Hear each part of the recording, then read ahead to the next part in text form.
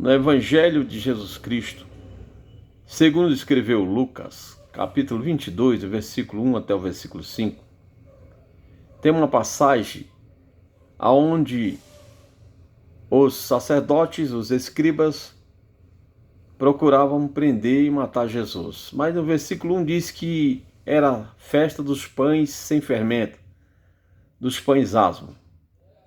E ali, do versículo 1 até o versículo 5, eles se reúnem em uma assembleia para planejar a morte de Jesus. E aí, nesse momento, Satanás entra em Judas Iscariote, do versículo 1 até o versículo 5, e vai ter com esses que estavam em reunião, os escribas, os fariseus, os saduceus, os sacerdotes, reunidos ali para planejando a morte de Jesus. E nesse versículo, do versículo 1 até o versículo 5, eles vão lá, Judas comparece e combina com eles de entregar Jesus. Quando vai ter com eles, eles se alegram em ouvir a proposta de Judas, se alegra com isso, porque eles tinham muita inveja do Senhor, e recebe, essa proposta e promete dar dinheiro a Judas Iscariotes. E os Iscariotes, a partir daquele momento, procurava uma oportunidade de entregar Jesus sem tumulto, porque temia o povo. Mas no capítulo 26, do versículo 45 ao 25, do 24 ao 25, na verdade, no capítulo 26, do 24 ao 25, Jesus disse: o Filho do Homem vai conforme está escrito. Mas ai de quem por este o trair. Mas antes este homem nunca tivesse nascido e em trair o Filho de Deus.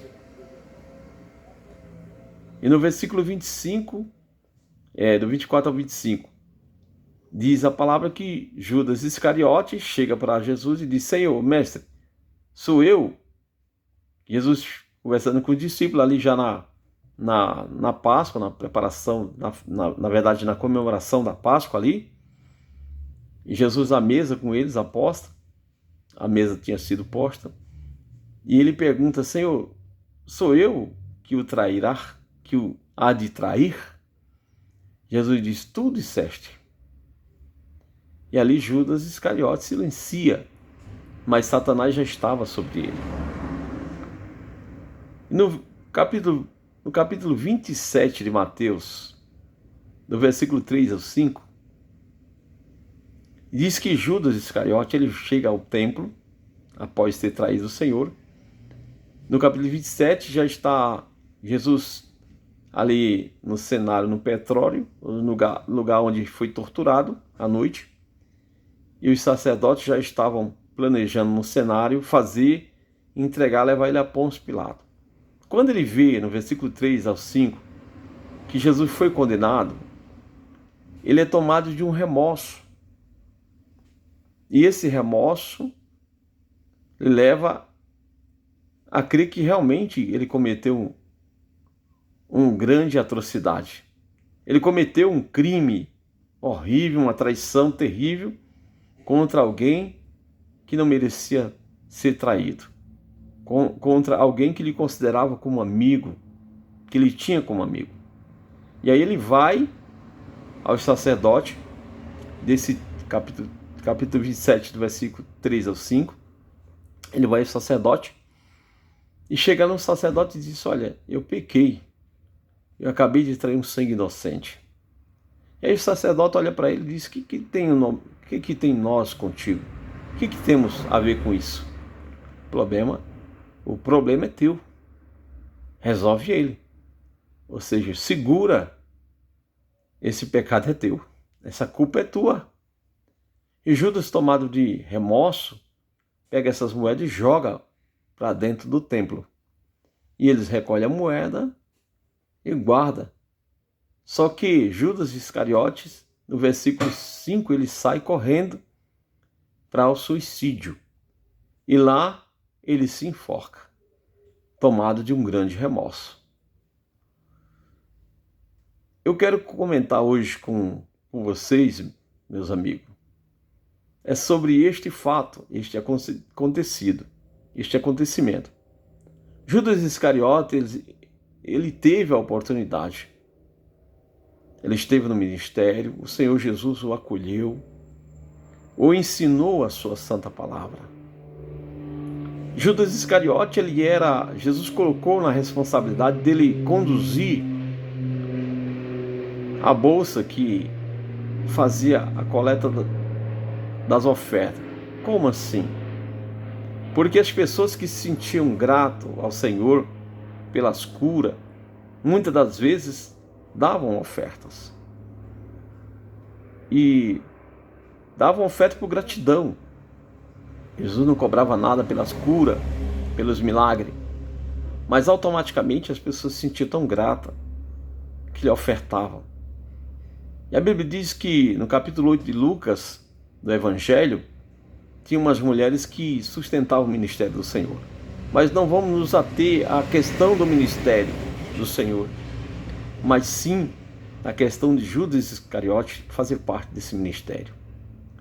Judas foi convocado com os demais apóstolos, discípulos, fez parte dos 12, estava no meio, vivia no meio, ouviam a palavra, era abençoado pelos milagres que o Senhor realizava, inclusive as ofertas que entrava, diz uma parte dos textos bíblicos, que ele roubava boa parte do que entrava na bolsa.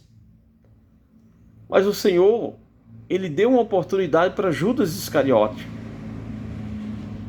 Ele deu oportunidade para que ele mudasse de caráter, ele colocasse a sua vida à disposição do Senhor e se moldasse diante dos ensinamentos do Senhor.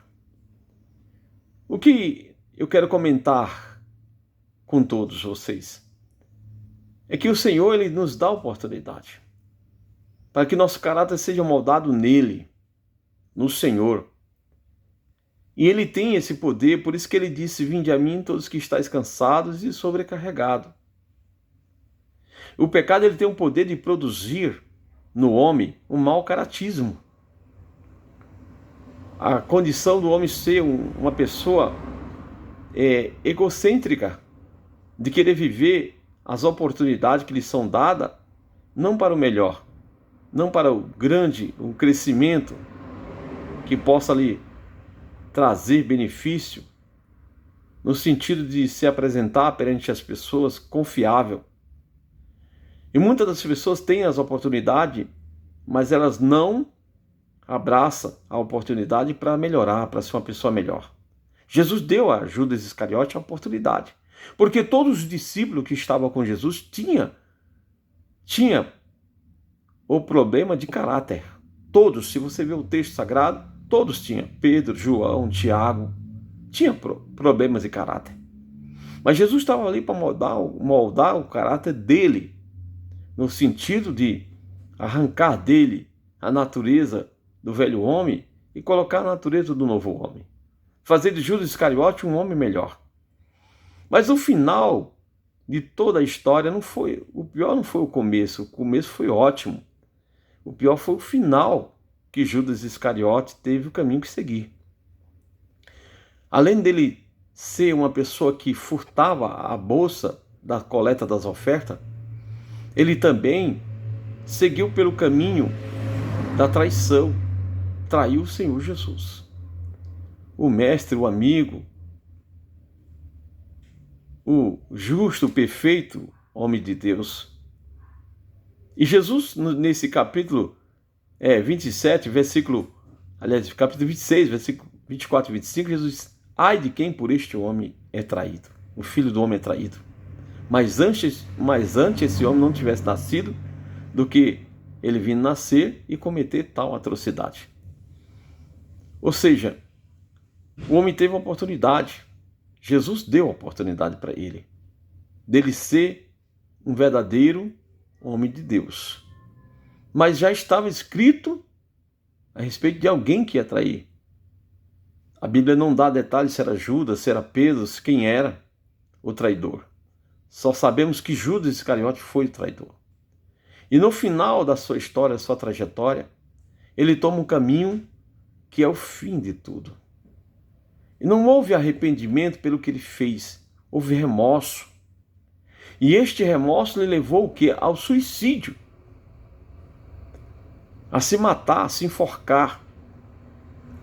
Ou seja, o remorso não é de Deus, mas quando há arrependimento, há uma confissão diante de Deus dos seus pecados, e há uma vontade de abandoná-lo, os seus pecados, Deus diz na sua palavra que aquele que confessa seus pecados, se arrepende de todo o seu coração e abandona, alcança de Deus o perdão e a misericórdia. Judas não alcançou de Deus o perdão e a misericórdia. Por quê? Porque não houve arrependimento, e sim um remorso. O remorso conduziu ele ao suicídio, a se enforcar. Então, o que quero comentar com esse texto convosco é que o arrependimento, ele traz para você, quando você se arrepende de todo o seu coração e confessa a Deus os seus pecados e o abandona, alcança de Deus o perdão e a reconciliação e a misericórdia e o favor de Deus, a salvação e a vida eterna que está em Cristo Jesus. E Judas não alcançou porque ele não se arrependeu. O texto sagrado que está aqui, que eu acabei de citar, fala que ele houve remorso. Então, nesta manhã, faça uma retrospectiva de sua vida. Como diz os textos sagrados, o homem faça de si, ou faça em si, nele mesmo, uma retrospectiva, faça nele uma análise dele, e olhe para esse texto sagrado, olhe para a Bíblia, olhe para Jesus, que tem o poder de lhe dar a vida, como fala no Evangelho segundo escreveu João, capítulo 10, versículo 10. Versículo 10 diz: o diabo veio para matar, roubar e destruir. Aí Jesus Cristo diz: e eu vim para que vós tenha vida e a tenha com abundância. Nesse mesmo Evangelho, segundo escreveu João, capítulo 10, versículo 10. Então, meu querido, nesse dia o Senhor disse para você que Ele veio para que você tenha vida. E faça uma grande retrospectiva dentro de você. Apresente-se diante do Senhor. E diga: Senhor, eis-me aqui. Não tenho condições de me salvar, de salvar a mim mesmo, mas o Senhor tem. Ajuda-me, ajuda-me, e o Senhor virá em teu socorro. Como ele disse no Evangelho segundo escreveu Mateus, capítulo 11, versículo 28, 29 e 30. Vinde a mim todos os que estáis cansados e sobrecarregados, e eu vos aliviarei. Tomai sobre vós o meu fardo e o meu jugo, e aprendei de mim, que sou manso e humilde de coração. O Senhor Jesus está pronto. Você que tem que o recorrer, o reconhecer, recorre ao Senhor depressa, porque nenhum problema pode dificultar, pode atrapalhar a tua vida eterna, a tua salvação. Jesus Cristo, ele veio, ele já, como diz na carta de João, a primeira carta de João, capítulo 3, versículo 8, ele veio para desfazer as obras do diabo. Quem quer o fim do homem é Satanás, como fala em João, no Evangelho 10, 10. Satanás veio para roubar, matar e destruir. Roubar o quê? Roubar a tua salvação, roubar a tua vida, a tua paz, a tua comunhão com Deus. Jesus veio te reconciliar com Deus. E em Jesus está a salvação da tua alma. Que Deus te abençoe, querido. Procura depressa se reconciliar com o Senhor Jesus. E a tua salvação está nele. Deus te abençoe nesse dia. Seja feliz com Cristo. Seja um homem abençoado. E o Senhor Jesus te espera de braços abertos. Deus te abençoe, em nome de Jesus.